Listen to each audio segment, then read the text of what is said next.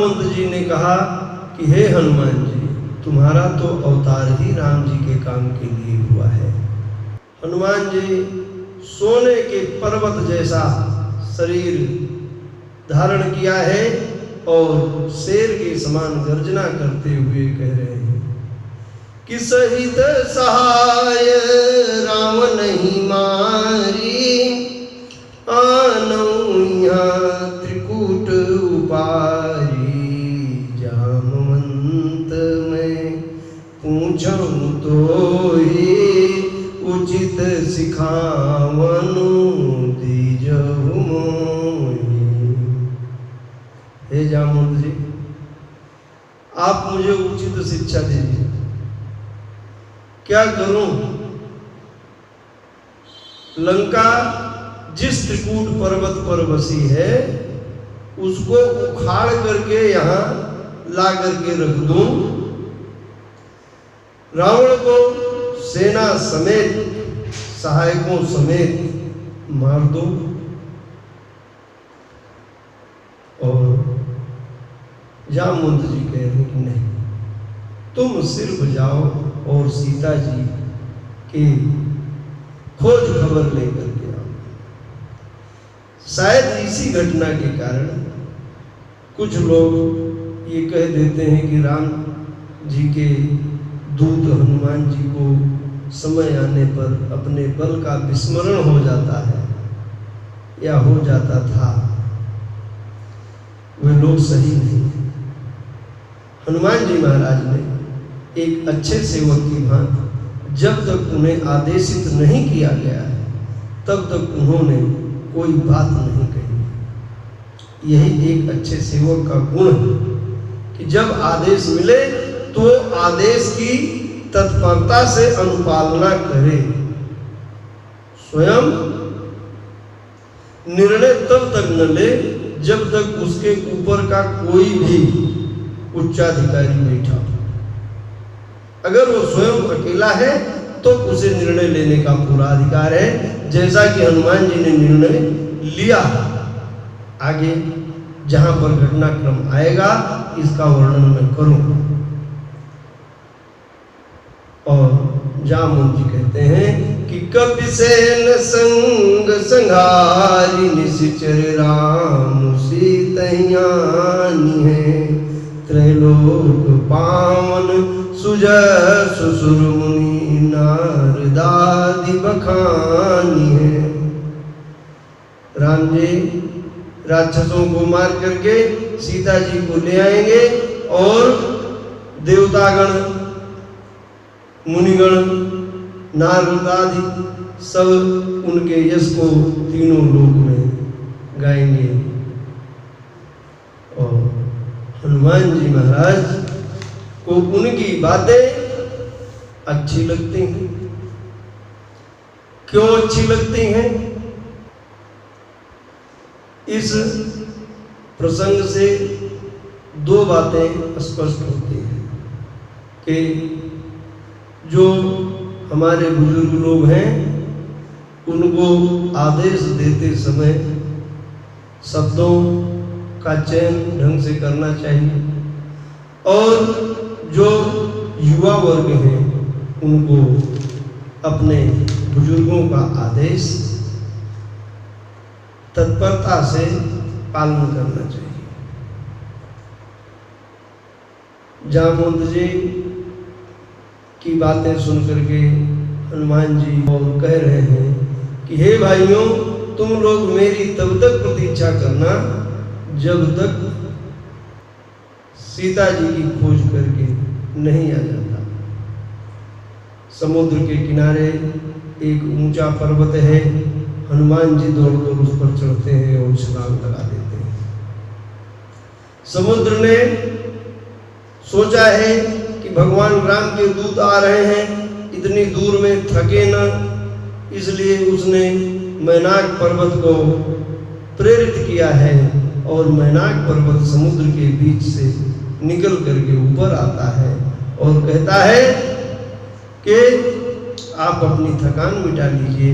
हनुमान जी कहते हैं ना, जब तक मैं राम जी का काम नहीं कर लेता तब तक मैं रेस्ट नहीं लूंगा। देवताओं ने हनुमान जी को जाते हुए देखा है और उनके बल बुद्धि परीक्षण के लिए नाग माता सुरसा को भेजा है। देवताओं की बुद्धि पर मुझे तरस आता है। बल बुद्धि के निधान ज्ञानिनाम अग्रगण्यम अतुलित बलधामम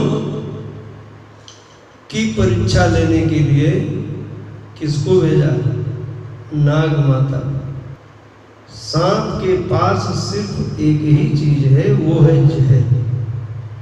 जहर धारण करने वाले को बल बुद्धि की परीक्षा लेने के लिए, और किसकी? हनुमान जी की। सुरसा आती है और कहती है कि आज देवताओं ने मुझे भोजन दिया है। हनुमान जी महाराज कहते हैं कि हे माता, देखिए ज्ञानिनाम अग्रगण्यम में अपना काम सरल तरीके से निकालने के लिए उन्होंने नाग माता को कहा है, हे माता आप मुझे जाने दीजिए, मैं सीता जी की खोज खबर राम जी को पहुंचा दूं, उसके बाद मैं स्वयं आकर के आपके मुंह में बैठ जाऊंगा, आप खा लेना। लेकिन नाग माता तो सिखाई हुई है, वो कह रही है ना, मुझे बेवकूफ समझा, एक बार जो गया लौट के आएगा। कवने उजतन दे नहीं जाना, तो ग्रससी न मोही कहो हनुमाना, जो जन भरते बदनु पसारा। जो जन भर वो मुंह फैला लेती है।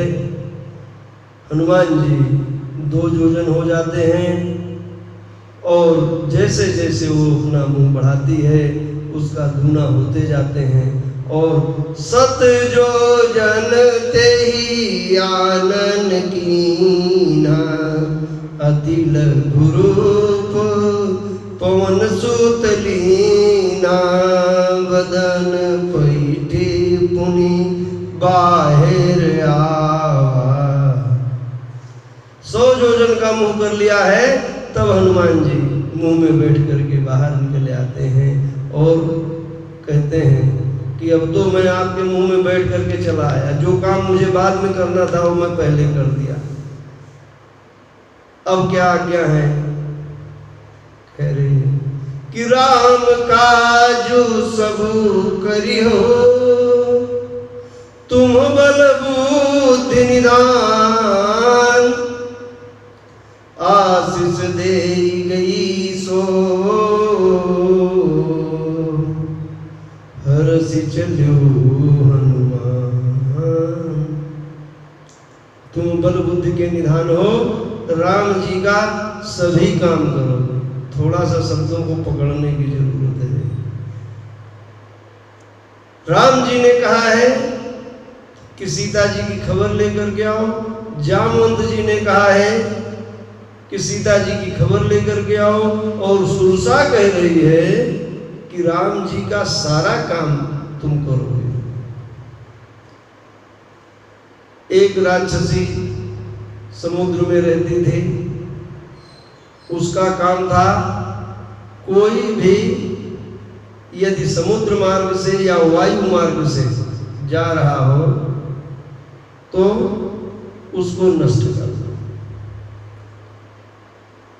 जल सेना और वायु सेना दोनों का कमांड उसके पास था, और वो एक ऐसा रडार थे, अभी तक ऐसा रडार किसी देश ने विकसित नहीं किया है कि दुश्मन को ट्रेस करे और नष्ट करे।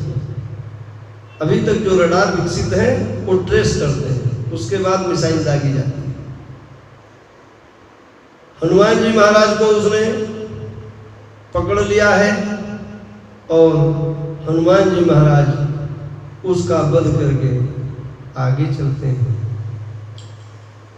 गिरि पर चढ़ी लंका ते ही देखी, कहीं न जाई अति दुर्ग विसेखी। अति उतंग जल निधि चहु पासा।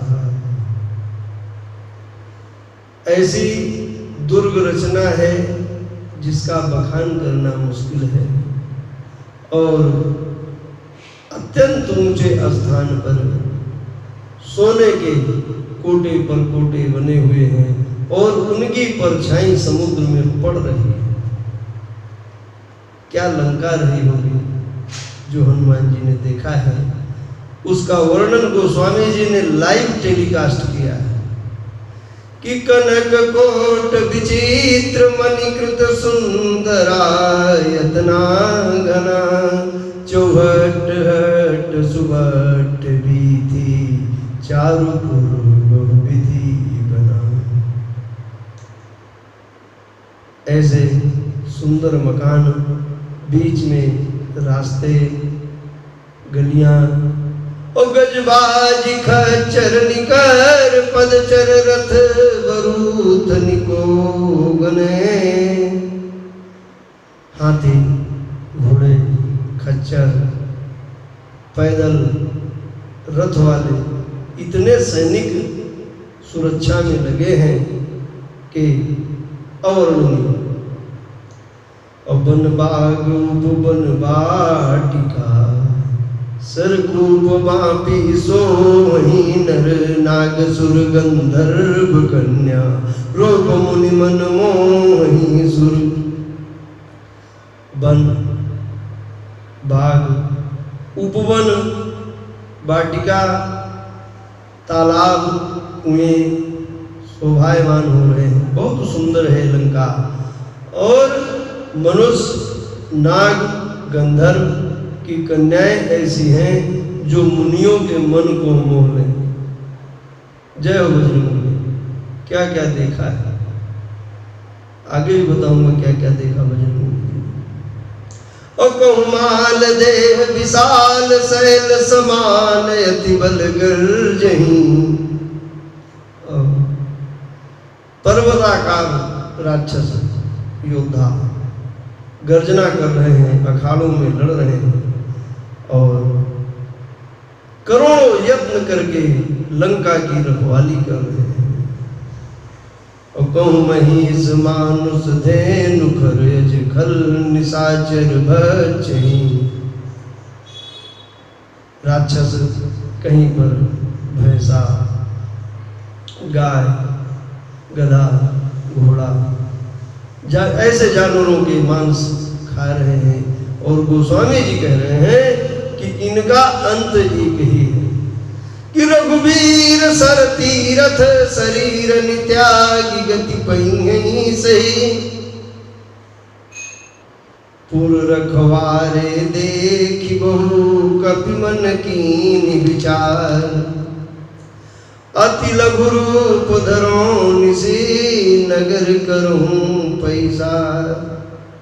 हनुमान जी महाराज ने सोचा है कि इतने रक्षक हैं और इनके सामने से गुजरना कार्य में बाधा उत्पन्न हो सकती है, अतः मुझे अंधेरा होने का इंतजार करना पड़ेगा और अंधेरे में मैं घुसूंगा।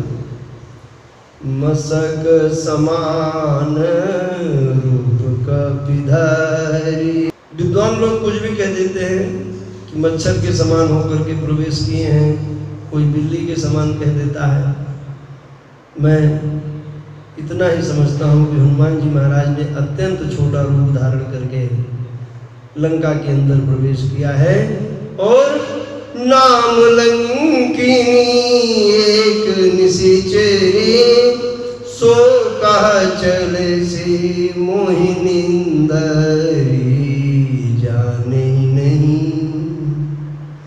जाने नहीं मरम सठ मोरा मोर यहाँ चोरा। मुझे नींद में, या यूं कहिए कि मेरा निरादर करके तुमने लंका में प्रवेश करने की धृष्टता की है।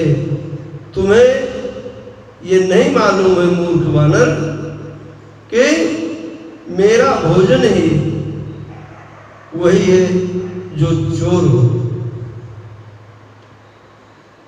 यहां पर हनुमान जी के पास क्या विकल्प था? ऐसे प्रलाप करने वाले जीव के लिए, चाहे वो राक्षस हो, चाहे मनुष्य हो, चाहे देव हो, चाहे जो भी हो, उसको क्या जवाब दिया जा सकता है? जिनको तुम जानते भी नहीं उसको तुमने सठ कह दिया। पहले परिचय तो प्राप्त करना चाहिए था ना कि भाई तुम कौन हो। तो प्रश्न किया ही नहीं, सीधा कह रही मूर्ख। तो वो ज्ञानी नाम अग्रगण्यम है, वो जवाब नहीं देंगे। जानते हैं कि ऐसे धृष्ट लोगों का एक ही उत्तर है कि मुट्ठी का एक महाकपिहानी, एक घूंसा मारा है और खून की उल्टी करते हुए जमीन पर लुढ़क गई है और हाथ जोड़ लिया है। जब राम नहीं ब्रह्मवर दीना, चलत बिरंची कहा मोहि चीना। जब रावण को वरदान दिया था ब्रह्मा जी ने, तो मुझसे कहा था कि जब तुम किसी बंदर के मारने से व्याकुल हो जाओ तो समझ लेना कि राक्षस कुल का अंत होने वाला है। तात मोर अति पुण्य बहुता, तात मोर अति पुण्य बहुता, देखे नयन राम कर दूता। मेरा बहुत पुण्य है कि मैंने राम जी के दूत को देखा है। तात स्वर्ग अपवर्ग सुख, धैर्य तुलायक अंग, तुलनता ही सकल मिली, जो सुख लो सत्संग। स्वर्ग अपवर्ग के सुखों को भी तराजू के एक पलड़े पर रख दिया जाए तो और दूसरे पलड़े पर सत्संग का एक पल रख दिया जाए तो वो सत्संग भारी रहेगा। सत्संग मतलब ये हनुमान जी महाराज जैसे लोगों की संगत